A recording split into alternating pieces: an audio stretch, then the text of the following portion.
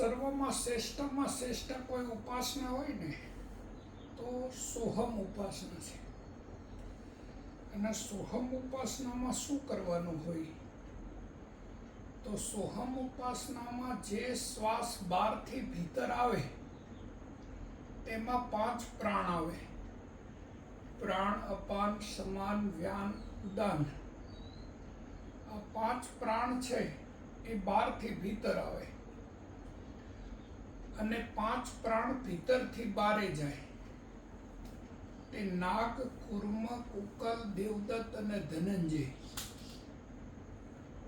આ 5 પ્રાણ ભીતરથી બારે જાય એટલે 10 પ્રાણ ઉલટ સુલટ થાય.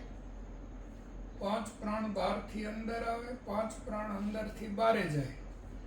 5 પ્રાણ બહારથી ભીતર અમૃત લાવે અને 5 પ્રાણ ભીતરથી ઝેર છે એને બારે ફેંકે.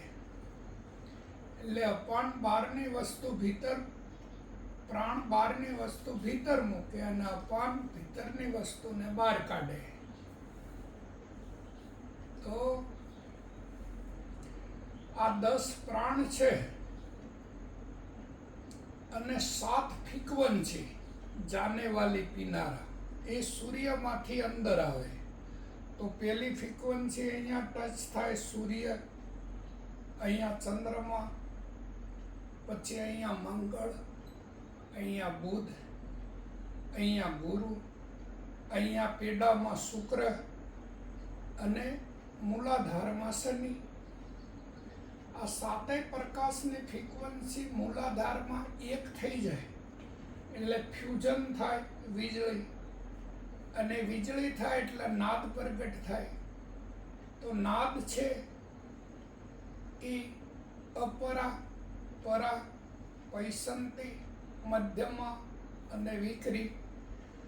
તો સારે ગમ પદ નિશા એ અહીંયા કને સહસ્ત્રદલ કમલમાં આવે તો નાદ થાય.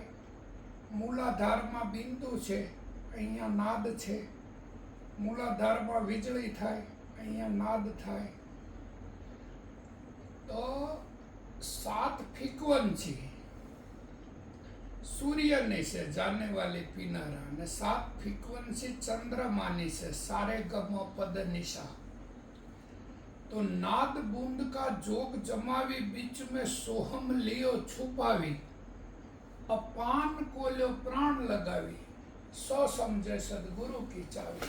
તો આ રીતે કરવાનું. દેખો, આ મોઢું બંધ રાખવાનું, જીભ, હોઠ, કંઠ, હાથ કશું હલે નહીં.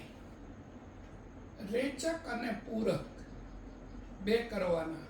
અને અહીંયા આજ્ઞા ચક્રથી નાભી સુધી આવર્તન પૂરા થવા જોઈએ. આરોહ અને અવરોહ ક્રમના. આ રીતે આસો, અહમ,